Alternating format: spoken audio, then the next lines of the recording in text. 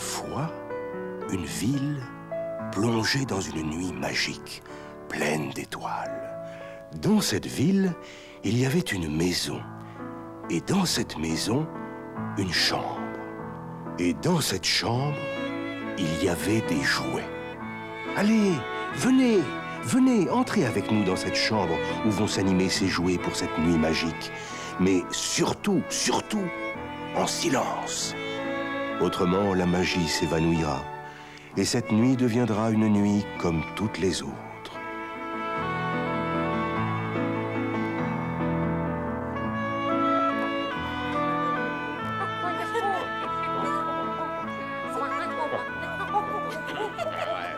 Moi, je me mets là. Vas-y, commence depuis le début. Chut, taisez-vous. Vous voulez réveiller toute la maison? Il a raison. Nous faisons trop de bruit.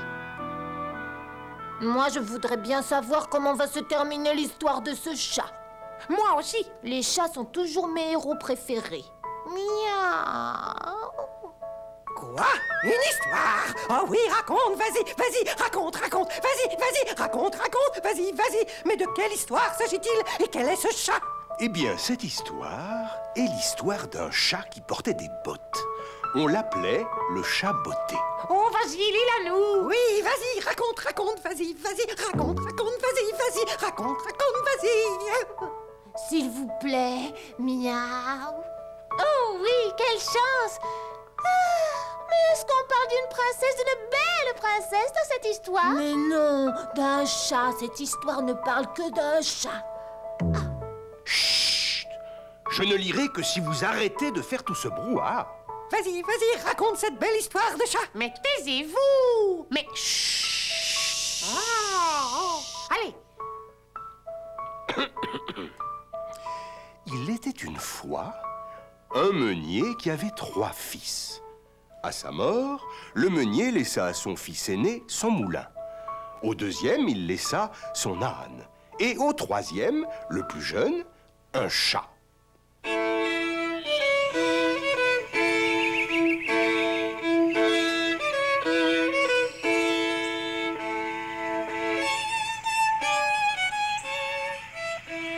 Et maintenant, que vais-je devenir? Tu es tout l'héritage que m'a laissé mon pauvre père. Un chat. Oh. Je ne sais vraiment pas comment je vais faire pour me procurer quelque chose à manger. Alors tu penses si je dois aussi te nourrir? Toi et moi, nous sommes jeunes, en bonne santé, de bon appétit. Pauvres de nous. Mon pauvre ami, ton estomac proteste, hein? Tu as faim. Mais je n'ai rien à te donner. Mon maître, ne sois pas en peine. Si tu me procures un sac, un chapeau et une paire de bottes, je ferai ta fortune. Miaou. Et aussi la mienne. Miaou. Hey, je ne vois pas du tout ce que ce chat pouvait faire d'une paire de bottes. Mais raconte, vas-y, raconte, vas-y. Ah, ne l'interrompons pas. Et le sac, à quoi pouvait-il bien lui servir, ce sac? À y mettre des perdrix grises, je crois bien. Oh, les pauvres! Des perdrix grises? Oui, des perdrix grises. Et pourquoi? Et pourquoi? Mais au lieu de poser toutes ces questions idiotes, écoute plutôt l'histoire, comme cela tu comprendras. S'il vous plaît, puis-je continuer à lire? Ah, Oui! Très bien. Bon, voilà. Le moment de stupeur passé, après s'être rendu compte que son chat parlait, le jeune homme se laissa convaincre de lui donner un sac, ainsi qu'un chapeau et une paire de bottes. Le chat, qui était vraiment très malin, avait décidé qu'il rendrait son maître riche. Et après avoir attrapé 2 perdrix grises, il s'en alla directement au château du roi. Miaou. J'en ferai cadeau au souverain.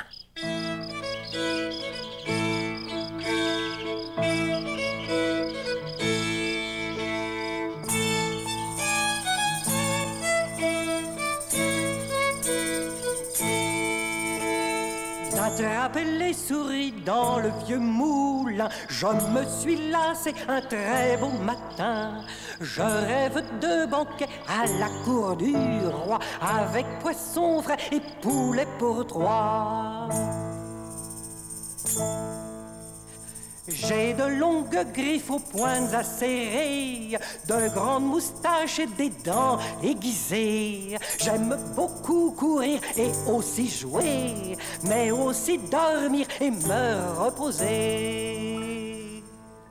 Miaou. Je suis le célèbre Chaboté, le plus astucieux des animaux. Je n'ai peur ni des ogres ni des lions. Je n'en fais que quelques bouchées. Miaou.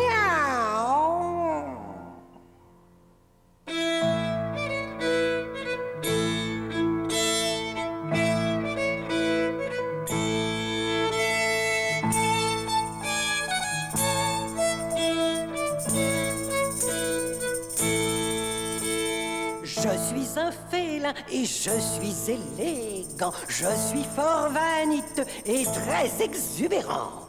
Je suis vraiment mignon et sémillant. Et je suis un chaboté parlant. Miaou.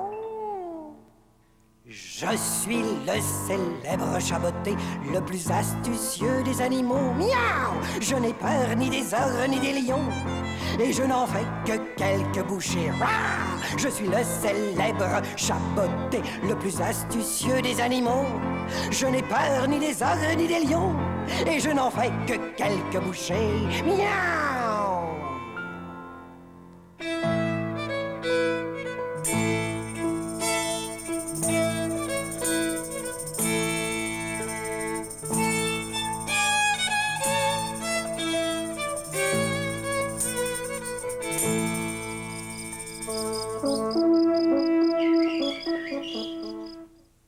Majesté, voici un cadeau pour vous. 2 perdrix grises et grasses que mon maître a capturées pour vous sur ces terres. Un cadeau pour moi? Parbleu, je suis touché. Oh, quelle très aimable attention. Et comment donc se nomme ce gentilhomme qui est votre maître? Le marquis de Carabas, pour vous servir. Ah, le marquis de Carabas? C'est un très joli nom. Je ne me rappelle pas avoir un sujet portant ce nom, mais j'ai un royaume qui est si vaste. Et puis, je dois avouer que ma mémoire n'est plus ce qu'elle était. Oh, mais tu es toujours mon petit papa chéri. Oui, oui, ma chérie, oui. Je dois reconnaître que votre maître connaît très bien mes goûts. J'aime vraiment beaucoup les perdrix grises. Remerciez-le bien et dites-lui que je serai heureux de faire sa connaissance. Je le lui dirai. Miaou. Miaou. Miaou. Miaou, ce Chaboté est vraiment très malin. Il a certainement un plan dans la tête. Et après, qu'est-ce qui arrive? Ah, si vous voulez bien vous taire. Oh, je n'ai rien dit, moi. Alors, raconte, vas-y, raconte, vas-y, raconte. Oh, ça suffit. Chut. Mais taisez-vous à la fin, espèce de bavard. Oh, vous me faites perdre le fil, vous me faites perdre... Ah, voilà. Nous en étions arrivés là.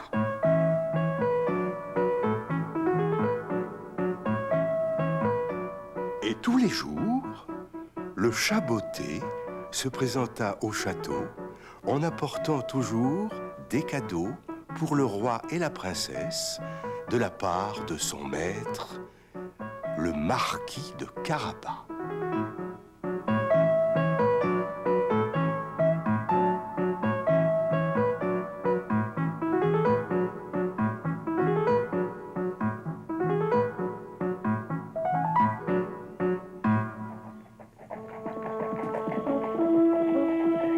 Un beau matin, le roi et la princesse décidèrent de faire une promenade en carrosse. N'est-ce pas le carrosse royal qui vient par là? Ouais, on le dirait bien. Hé, vous deux, là!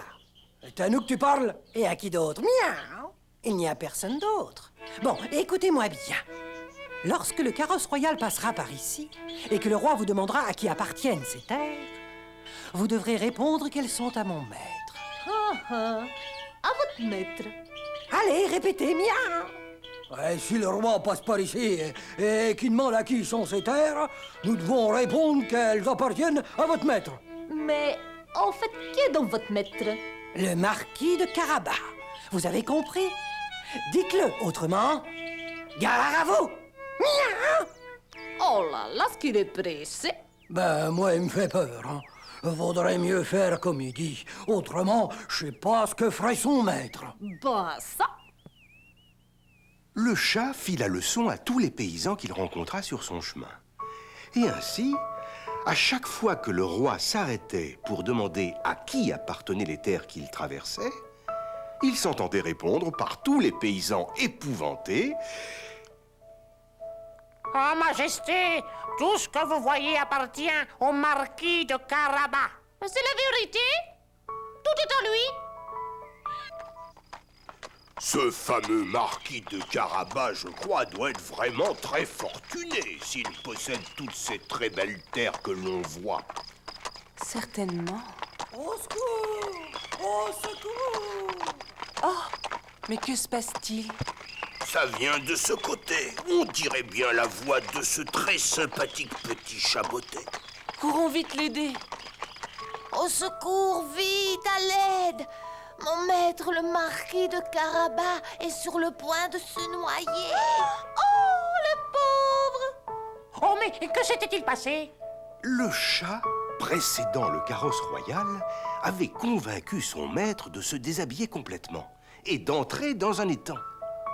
Mais pourquoi? Bien, si le garçon s'était présenté avec ses vêtements, le roi et la jolie princesse auraient compris qu'il ne s'agissait pas d'un véritable marquis. En fait, le chat avait donc eu une idée géniale. Vite, vite, aidez-moi! Mon maître a été détroussé par d'affreux brigands et jeté dans l'étang. Oh, quelle horrible aventure! Le pauvre! Mais quelle horreur! Il n'a plus du tout de vêtements. Dépêchez-vous, garde! Aidez cet homme! Cocher! Envoyez tout de suite quelqu'un au palais. Que l'on apporte au plus vite des vêtements pour le marquis. Mais surtout, que l'on prenne bien les plus beaux de ma garde-robe. Merci, Majesté. Quelle chance que vous passiez par là, précisément. Les brigands lui ont tout volé. Son beau cheval et la bourse remplie de pièces d'or, qu'il emporte toujours avec lui. Miaou!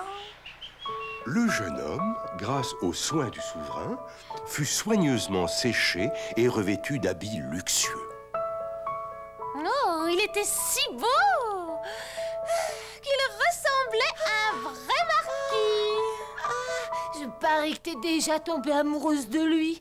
Oh, les filles, elles pensent qu'à se marier. Et le roi l'invita à monter dans son carrosse. Ah, mon cher marquis, j'ai enfin le grand plaisir de faire votre connaissance. Cela fait si longtemps que j'entends parler de vous. Vraiment? Nous souhaitions tant vous connaître. Je vous présente ma fille, la princesse. Enchanté. Ah, vraiment très enchanté. Moi aussi, vraiment. Maintenant, si vous permettez, je vous raccompagnerai à votre château, étant donné qu'on vous a dépossédé de votre cheval. Comment? Ben, c'est-à-dire que... je ne sais pas... Excellente idée. Je vous précéderai pour vous préparer un accueil digne de vous. Ah oui, à mon château, évidemment. Ne vous faites pas de soucis, monseigneur. À votre arrivée, tout sera parfaitement en ordre pour vous et pour vos invités. Parole de chat. Miaou!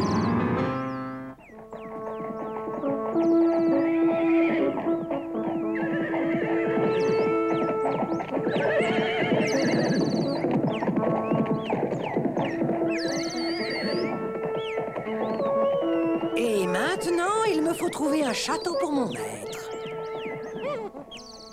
Le chat avait déjà élaboré un plan très très précis. Il savait que justement dans les environs vivait un ogre très riche et très méchant, propriétaire d'un château et maître de toutes les terres alentours.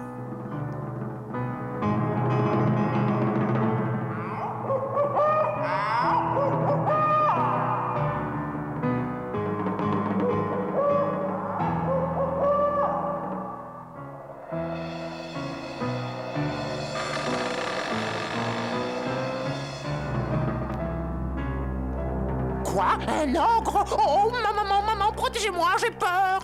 Et pourquoi? Moi, je n'ai pas peur des ogres. À propos, dites-moi, qu'est-ce que c'est qu'un ogre? Vas-y, raconte. Oh, mais vas-tu te taire à la fin? À mon avis, c'est le chat botté qui va gagner. Pas vrai, Violetta? Certainement. Sois tranquille. Oh, mais encore une fois, voulez-vous bien vous taire? C'est un moment très important. Très bien dit. De sa vie, le chat n'avait jamais vu un ogre aussi grand et aussi laid. Il faisait peur rien qu'à le regarder.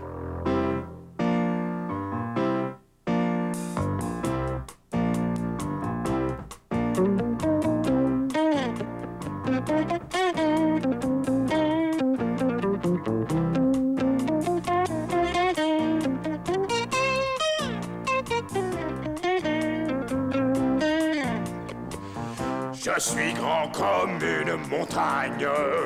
D'un pas, je saute par-dessus la campagne. Si la nuit, je me mets à ronfler, un ouragan, je peux provoquer. Je suis méchant et primaire. J'ai un charme extraordinaire. Toujours immense est mon appétit. Je suis le plus laid de tout le pays. J'ai vraiment une faim atroce. Il ne peut pas me satisfaire d'un repas de noces. J'ai vraiment une faim animale. Je veux absolument faire un banquet colossal.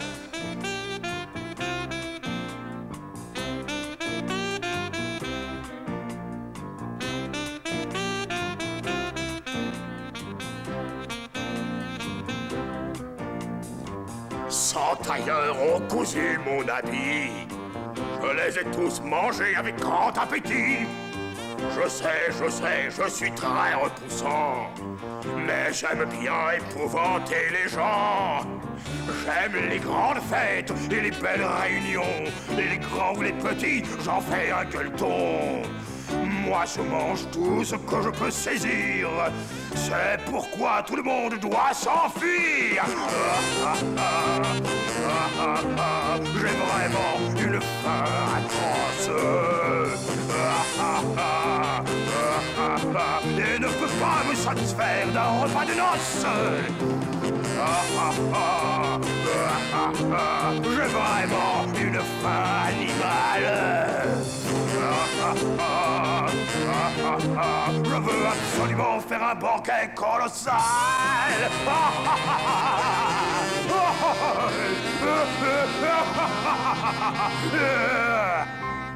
Alors, petit Minet, qu'est-ce que t'en dis? Suis-je assez effrayant? Miaou, pour être laid, vous êtes laid.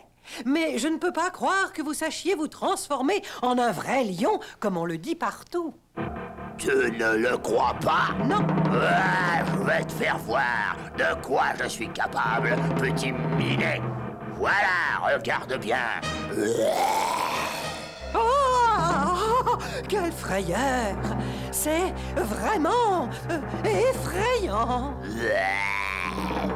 Quelles dents énormes! Mais comme ça, c'est trop facile. Moi, je parie, miaou, que vous ne sauriez pas vous transformer en un animal tout petit comme ça. Une souris, tiens, par exemple. Tu plaisantes? Je suis un ogre extrêmement puissant. Je peux me transformer en absolument tout ce que je veux. Voyons ça. Tu ne vas pas en croire tes yeux. Tu es content? Oui, et comment? Puisque je vais te manger. Oh, oh. Allez, allez, mes amis, le danger est passé. Approchez-vous. N'ayez pas peur. Ce chaboté très malin n'a fait qu'une bouchée de l'ogre épouvantable. Je crois que j'ai compris ce que c'était un ogre. Au fond, il n'était pas si effrayant. Oui, certes, on le comprend. Tu es très courageux. Vas-y. Pendant ce temps, le carrosse royal était arrivé au château de l'ogre. Lequel était devenu le château du marquis de Carabas. Étant donné que le marquis de Carabas était un garçon si beau et la princesse, une jeune fille si douce. Si vous savez tout, ce n'est pas la peine que je vous le lise. Oh, que t'es susceptible. Mais comment se termine cette histoire? Moi, je veux savoir. Le roi fut très heureux d'accorder la main de sa fille.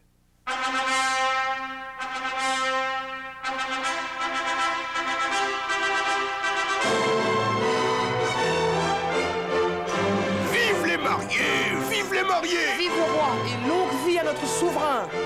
Et longue vie. Merci, mon petit papa. Mais de rien, ma chérie. Maintenant, nous faisons enfin un festin de roi. Et ils vécurent heureux et contents. Surtout notre petit chaboté, à qui tous les jours on servait un magnifique poisson frais à manger. Oh, il a de la chance, ce chat. Miaou. Oh, quelle belle histoire que cette histoire. Oui, c'est bien. Oui, oui, oui. Chut, taisez-vous et remettons tout en ordre.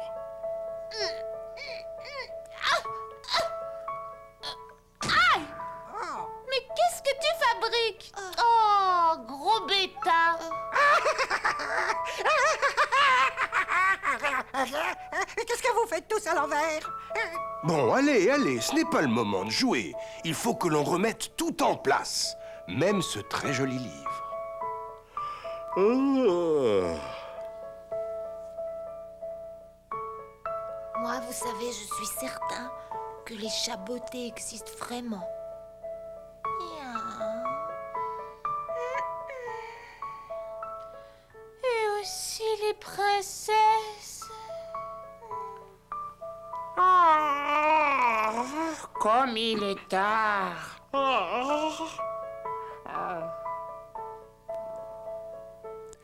Bonne nuit, faites de beaux rêves. Je rentre dans ma petite maison. À demain, mes amis.